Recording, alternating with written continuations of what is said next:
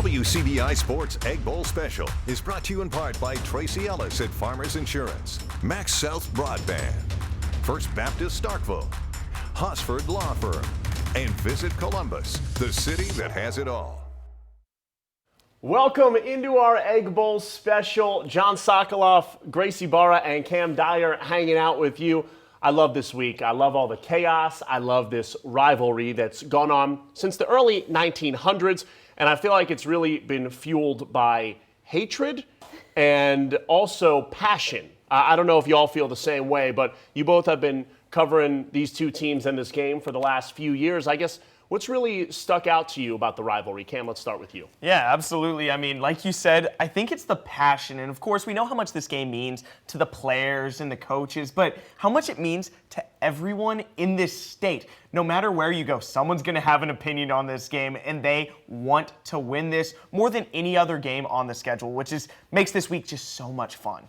And going off of that with the hatred, you meet anybody that is an Ole Miss fan or anybody that is a State fan, and that is maybe the first thing they'll tell you is how much they hate the other school. And it's a kind of passion and amazing fan bases that they have down here that you don't really know until you get down here and you experience an Egg Bowl for yourself.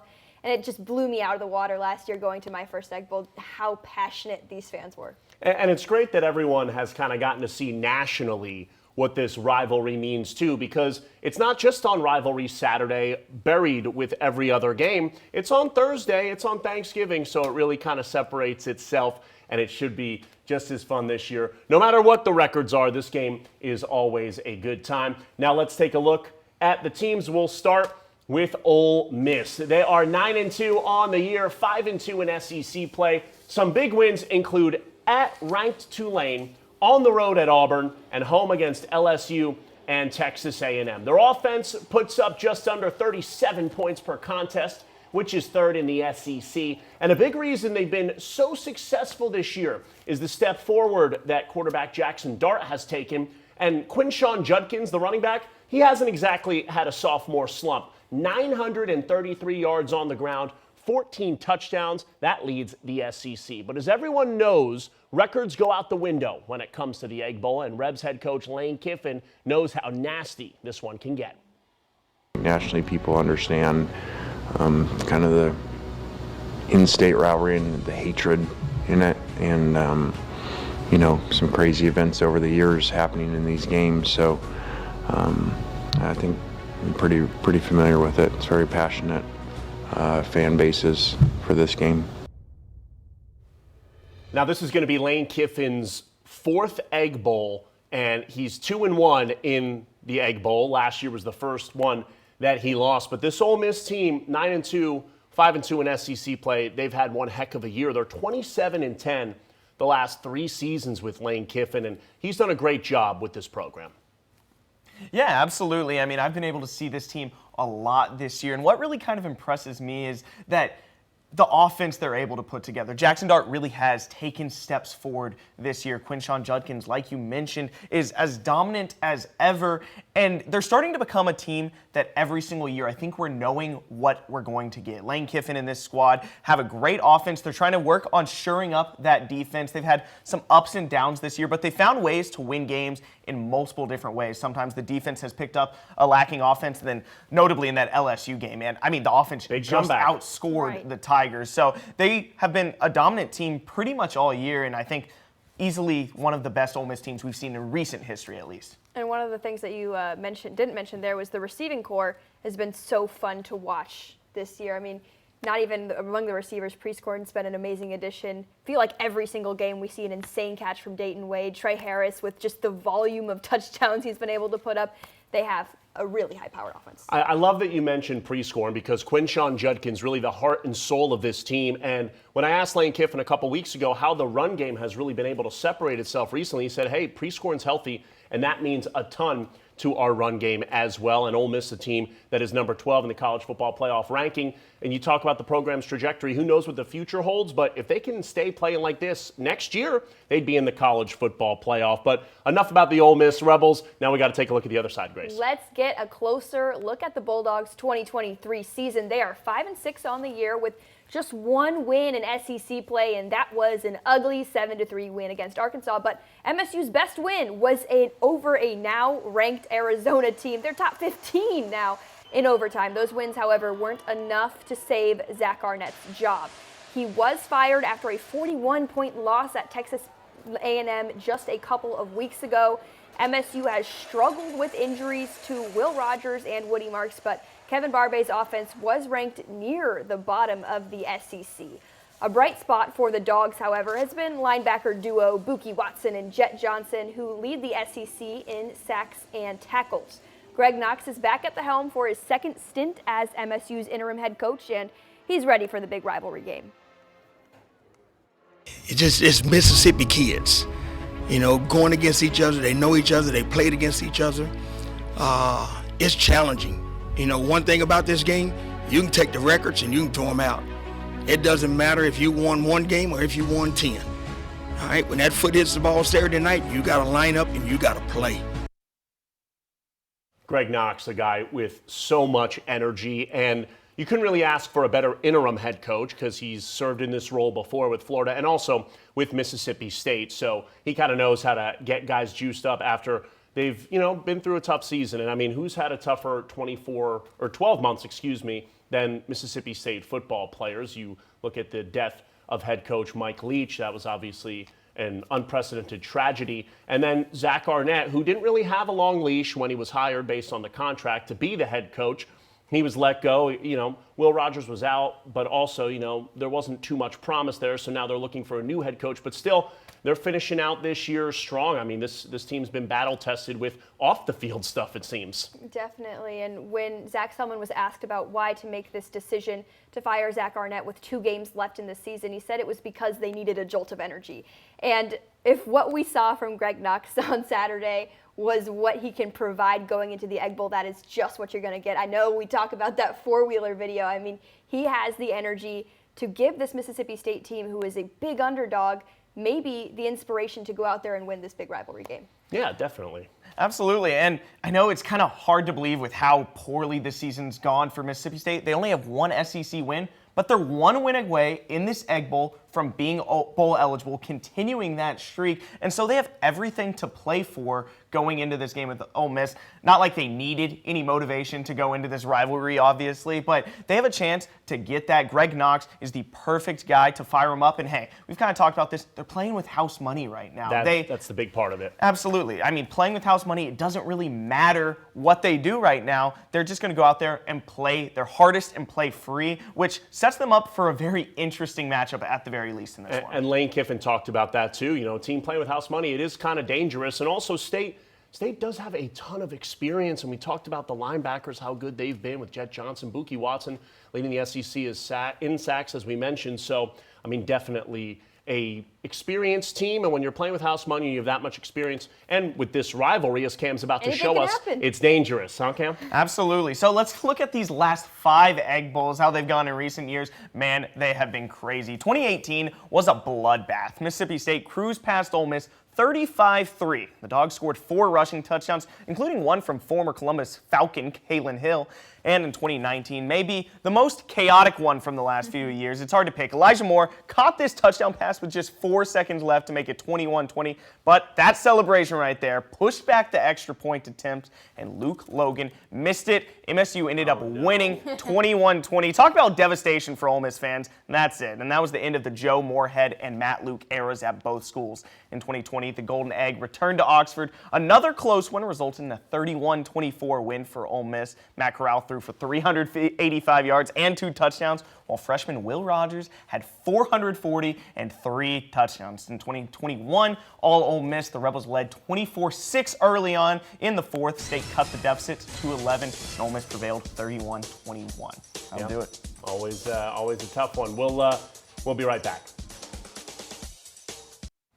Welcome back to our Egg Bowl special. We talked about what this game means to fans and the coaches, but the most important people participating are the players. Let's take a look at what they've got to say. I'll describe it as a war, literally. Like, don't take it lightly. The fans don't even take it lightly, so don't joke about it. This is a serious moment. I got to go out there and give it my all. I know everybody else on the team is going to go out there and give it their all. It does mean a lot to me because, I'm from Mississippi. Got fans fighting, you got teammates fighting from what I've seen previous years. Got extra celebrations that we don't plan on doing ever again, so I feel like you just never know what to expect, really. But, play with emotions, we don't play emotional. So, no doubt about it, we want to be excited to play. We're excited to play Thursday night against our rivals, but at the same time, we have to control those emotions and play within ourselves and, execute. You think it's just a game, it ain't just another game, you know what I'm saying? It's some meaning behind it, so. And then you got to hear about this all year, you know what I'm saying? So they ain't really go as crazy on us as they could have, so respect to the fans, but, you know what I'm saying, this is something you're going to hear about all year. I know when I got here, I did do a little research on what this Egg Bowl meant, so I went around to both campuses and wanted to ask them just one simple question. Do you know why the Egg Bowl's called the Egg Bowl? Not particularly, no. I don't know. I'm not really too sure. I don't know much about football, but I've heard about it my whole life. Yeah, no, I have no idea why. I actually don't. I know that it's a very old tradition, but I have no idea why it's the Egg Bowl. I do not. I do not. No clue. Do not. Deviled eggs, I don't know, Thanksgiving. Maybe because the original stadium they played in was shaped like an egg.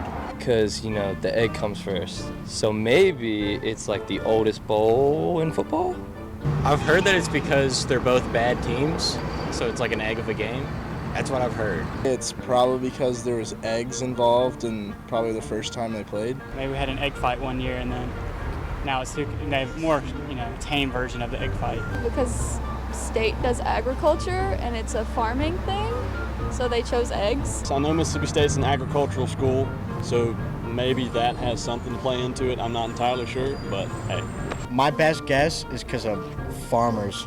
I thought it was because we had this thing called the Superb Owl Bowl, like the Super Bowl, and so I thought the egg was like the owl, and whoever gets the egg gets the owl. I don't know.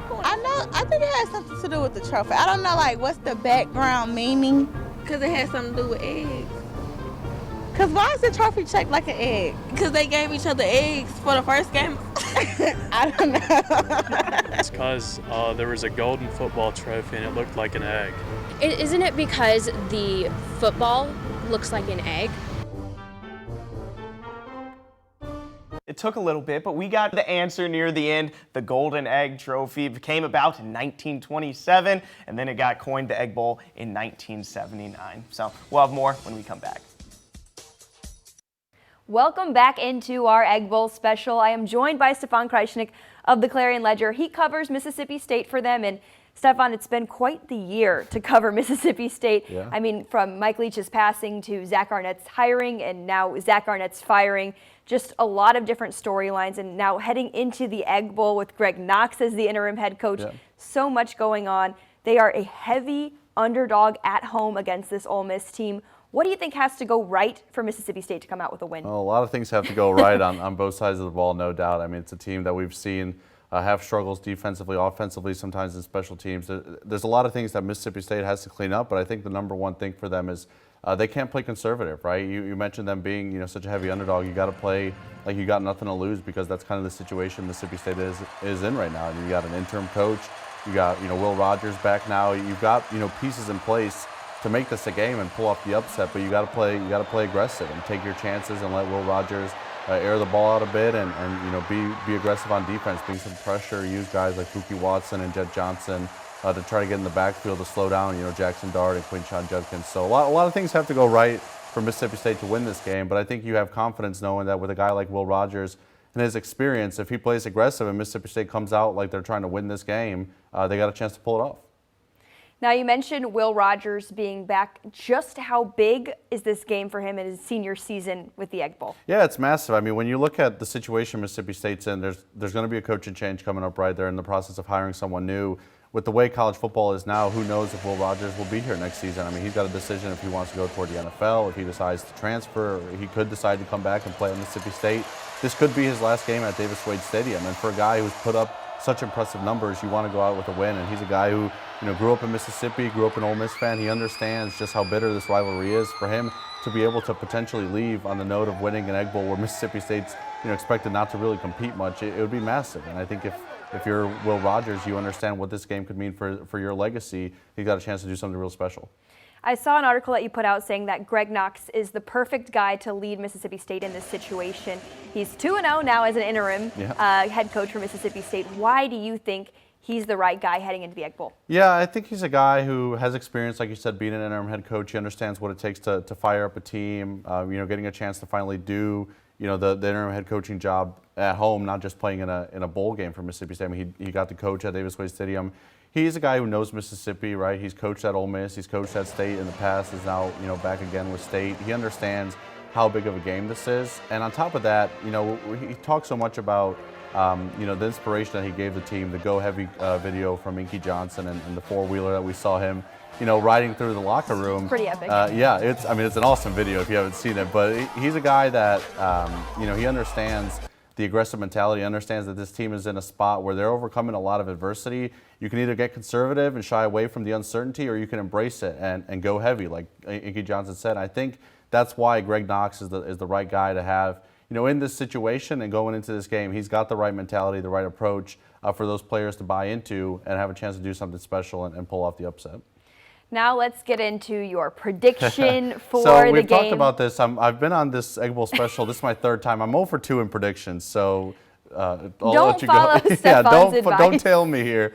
But I'm going to pick Ole Miss to win. I just think that offense. I've still got questions about the Mississippi State defense and that Ole Miss offense with how explosive they are and the tempo that they play with. I've got Ole Miss winning. I'll say 30-17. I like it. We'll see if maybe you can get your first see. prediction. But thank you, Stephon, so much for joining us. Our Egg Bowl special will be back after the break. Welcome back to our Egg Bowl special. I'm joined by Michael Katz of the Northeast Mississippi Daily Journal. He covers Ole Miss athletics, and that includes the chaos of college football and the Ole Miss Rebels. Michael, thank you so much for joining us. And let's start out with just kind of this team this year. I mean, they've been very impressive. A lot of good wins under their belt. 9-2 entering the Egg Bowl, and a successful season for Lane Kiffin and company so far. What have been some of your impressions of this team? I think the biggest thing for me has been the cliche resilient. Last year, when they were down in games, it tended to not go well, and they ended up losing those games. And we know about the late season slide and how they all felt about that. And this year, they've been down in quite a few games, and they've come back to win most of those. The LSU game is one that we all think about in terms of the signature win, but they were down against Arkansas. They were down against Tulane, or they were tied with Tulane heading into the fourth quarter. This is a team that is never really out of it. Of course, Alabama and Georgia were tough ones, but those were of the sort of blowout variety. But if you look at the games where it really could have gone either way, Ole Miss has won those games this year, and that was the biggest question for me is there were going to be a lot of games that were kind of coin flips if you looked at the schedule, and there was a real small difference between 7-5, 8-4, 9-3, 10-2. They had to come up big in those close games, and they've done that this year. I think that's the thing I've been most impressed with. Yeah, a lot of fourth quarter comebacks late in the games. Is there anything that you can pinpoint to as to how they've been able to do this year? Is an improvement in coaching, personnel? What really has it been in your eyes? I think part of it is the maturation of Jackson and everybody on that offense a little bit. They're not afraid of that moment. I think at times last year, if they were in trouble, I think you could see it a little bit. Maybe they played outside of what they would normally want to do. This year, you can tell that they are playing how they would always normally play, because normally that has worked for the most part, and they're not differing from what got them to that point. And I think that's the biggest thing is everybody just seems really calm and collected in those moments, and there's not really a question of if they're going to score. And you mentioned Jackson Dart at the beginning of that answer. I mean, they brought in a 2021 all Big 12 first team member in Spencer Sanders this year, really gave Dart some competition. What does he do? He just, matures and plays much better football this year than the year before. How have you kind of seen him evolve as a quarterback? There was never a question with the talent with Jackson, right? We knew, there's a reason he was the National Gatorade Player of the Year or whatever, or Max Preps Player of the Year, whatever it was, coming out of high school. You don't go to SC unless you're a pretty good recruit, and he comes to Ole Miss, and we saw flashes last year. There was inconsistency, and there was, in a big moment, was he going to be able to come through? He's done such a good job of taking care of the ball this year. Ole Miss is in the top 15 nationally in turnover margin, and a lot of that is because he's only thrown 5 picks. He's not fumbling. He's just been, has been perfect? No, but he runs that offense so well, and I think the added threat of him as a runner just opens things up for everybody else too. If you were to tell any Ole Miss fan before the season started, hey, you'd be 9-2 heading into the Egg Bowl and your losses were to Bama and Georgia, I think almost every Ole Miss fan would take that. So based on what you've seen the past couple of years, what do you think is kind of a fair assessment of this program's trajectory for future years to come if you're an Ole Miss fan? They've struck a really good balance, Lane Kiffin has, in terms of recruiting guys that fit and also plugging in the pieces in the portal where maybe the recruiting can't get. I think that, especially with the playoff expanding to 12 teams next year, I think Ole Miss is in a really good spot because they're fighting for that sort of spot right now. I'm going to put you on the spot here before we wrap up. Prediction for the game. I'm saying Ole Miss 34-20. Well, Michael, thank you so much for joining us. Our Egg Bowl special will return after the break. Before we wrap up, we've got to get our predictions. Last year's game came down to the wire. State escaped with a win in Oxford. Cam, let's start with you. How do you think this one's going to go? Ole Miss is averaging over 40 points against unranked opponents. I think that stays true. They win at 42-17. Grace, what do you got? I'm going to go 38-13 Ole Miss. Wow. Following Cam with that, I just don't think State's offense can really get a ton going. And then Ole Miss offense really explosive. Yeah, definitely. I'm going to go a little lower scoring. Ole Miss winning 27-17. But with all of our predictions, we all have Ole Miss getting their 10th win of the year. So that would be 3 10-win seasons under Lane Kiffin, or 2 10-win seasons, excuse me, in the last 3 years under Lane Kiffin. Pretty good. And next year when that college football playoff comes around, that would be really handy. All right, well, thank you so much for watching our Egg Bowl special. Enjoy the game and happy Thanksgiving. WCBI Sports Egg Bowl Special is brought to you in part by Columbus Hyundai, Fastnet powered by 4 County, George Sherman Clothiers, and OCH Regional Medical Center in Starkville.